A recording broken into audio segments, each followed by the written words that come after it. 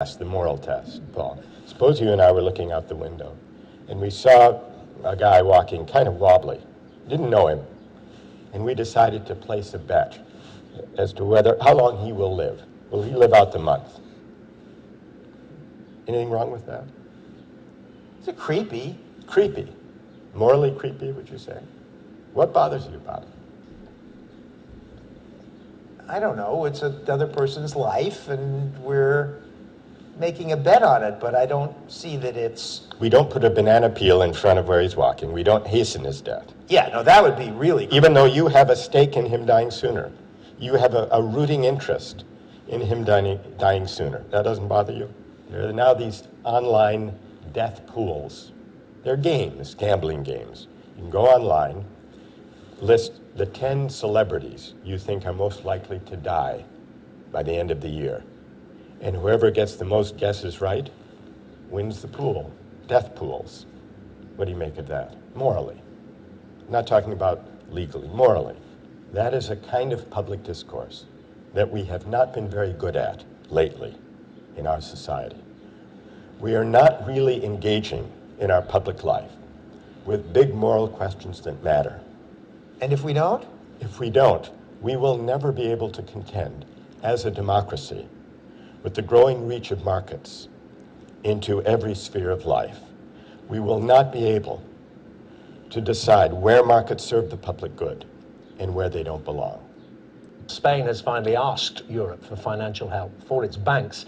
It follows sizable bailouts for Greece, Ireland and Portugal, of course. In fact, the Spanish Prime Minister, Mariano Rajoy, is giving a news conference right now. We'll bring you the details of what he has to say later on and how he's termed this bailout. Well, actually, not as a bailout, that's how he's termed it. But as politicians look at how to solve the current crisis, could greater integration be the answer? I'm joined now by the leader of the United Kingdom Independence Party, UKIP, of course, Nigel Farage, and the former Mayor of London, Ken Livingstone. Very good morning to you both. I mean, do you both agree, Nigel, do you agree that European intervention or Eurozone intervention is the best way forward if they want to keep the euro alive? I think it's absolute madness. You know, it is the reinforcement of failure. The better thing to do, the braver thing to do, is to recognise that those Mediterranean countries should never have joined the euro in the first place, and that actually, by keeping everything propped up with bailout after bailout, and another one bites the dust we hear this morning with Spain, all we're doing is prolonging the misery.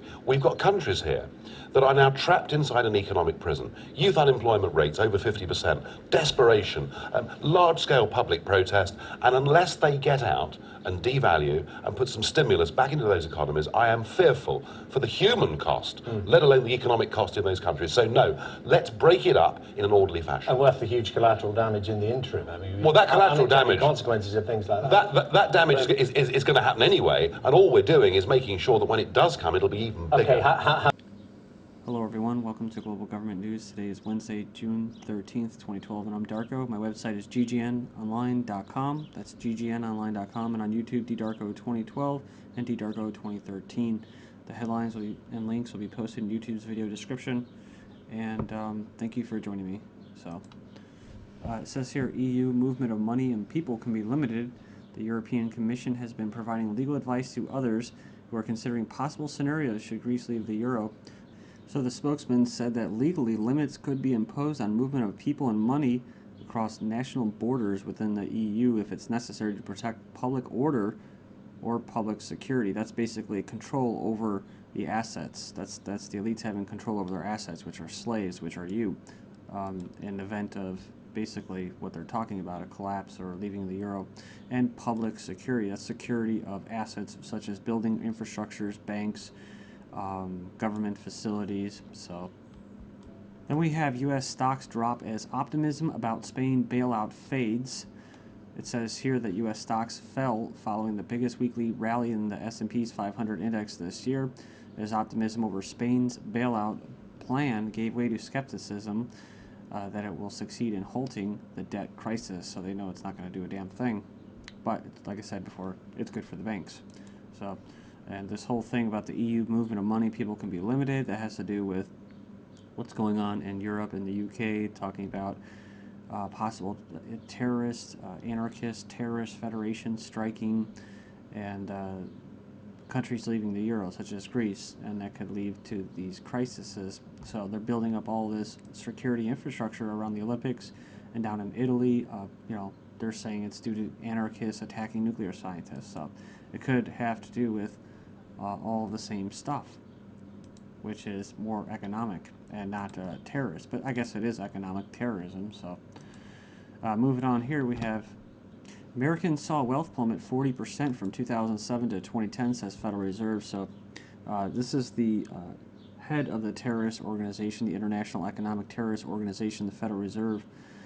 Yeah, I did notice someone pointed out how Ron Paul never actually said end the Fed. He just says we need to audit the Fed. So a lot of slippery stuff going on with that. But hey, that's why I covered up my Ron Paul 2008 sticker and just abandoned the whole idea of statism and that, and rallying around some leader and trying to enforce or force my political will on other people. So, and that's what you get. You get let down, right? And the whole thing with Ron Paul and if Obama gets reelected or something around Trayvon and basically Trayvon or his murderer Zimmerman get let go, that could just spark a real, just a real unrest. So it says here that the recent recession, that's what they call it, wiped out nearly 2 decades of Americans' wealth, according to government data released Monday, with middle-class families bearing the brunt of the decline. So, you have the same type of insurance companies and big banks basically carrying out fraud and deception and risky investing, as they say. And then, basically they stole and siphoned off wealth, 2 decades worth of wealth that was built up. And then what did they happen after they stole all that wealth? Well, they got paid to steal wealth again with all these quote bailouts. So it wasn't really a bailout, they got paid to steal your money. Or I'm sorry, your wealth. Moving on here.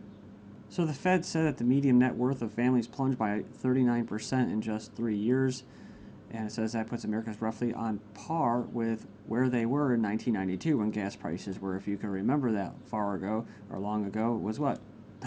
Gas prices were probably about 92 cents, right? A candy bar is 50 cents instead of $1. So you go ahead and you can do the math and see where that puts Americans.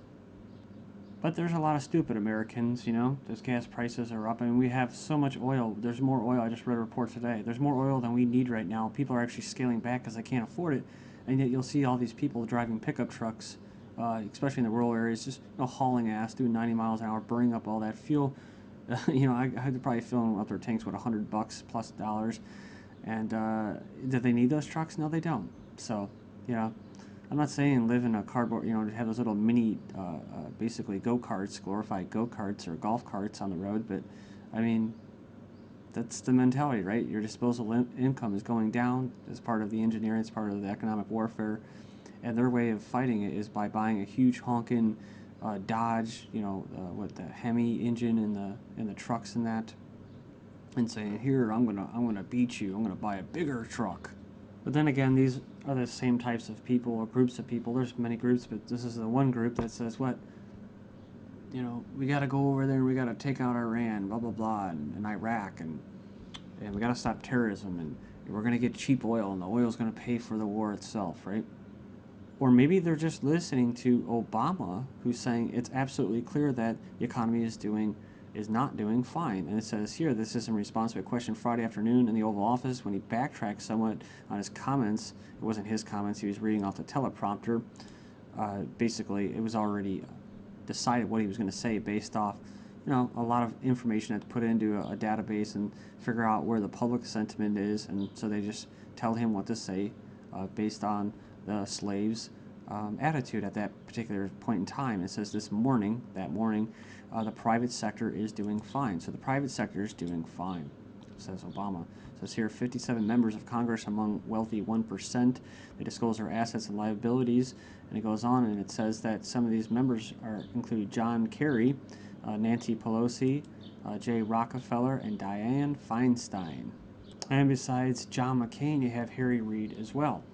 It says here, endless quantitative easing or printing of money, $6 trillion and counting. Many more years of money printing from the world's big four central banks now looks destined to add to the $6 trillion already created since 2008, probably more, but it may transform the relationship between the once fiercely independent banks and the governments, right? They were fiercely independent from the governments. No. It started in the late 1800s. It was the governments granting them corporate status and basically enriching these corporations of banks. So these same terrorists that helped create the problem are what? They're being looked to stabilize the situation once more. So, moving on, top customer under Obama, Fed's holdings of U.S. debt have jumped 452% since Obama was inaugurated in 2009. The Fed's holdings of U.S. government debt have quintupled. It's like you got to work that off. And so as prices go up, you got to work harder, you got to work longer. It says here consumer credit misses as Fed magically creates $1.5 trillion in net worth out of thin air. And 28% of federal contract funds go to just 10 companies, all make weapon systems. So those are the other types of terrorists, the defense terrorists. And we know who the usual suspects are: Lockheed Martin, Northrop Grumman, Boeing. They all are top contributors to presidential campaigns. So big business, postal chief, if we do nothing, we will be Greece. Well, what's going on in Greece? Greeks withdraw $1 billion a day ahead of their vote. They're pulling their cash out of the banks after what? After the government and the police told them not to, in order to keep it secure from thieves like banks. So talking about free markets, Eurozone discussed capital controls of Greek exits Euro. So sources, they said they discussed limiting the size of withdrawals from ATM machines, imposing border checks, and introducing Eurozone capital controls. And in Greece, they're getting desperate. It says here, neo-Nazis threaten hospital raids against immigrants. Then we have in Argentina, they're losing a third of its dollar deposits, and they're reacting to foreign exchange restrictions. So there's a rush towards greenbacks started back in November, and about $100 million are withdrawn every day in Argentina. Moody's downgrades Spanish credit rating, went down 3 notches. Italy remains in deep recession, fueling fears the country may be next after Spain to need aid. Well, they don't need aid from the central banks. They need to have their sovereignty and be free, but that's not going to happen. Now, 80% demand vote to quit EU. Then the Eurozone breakup will be more disastrous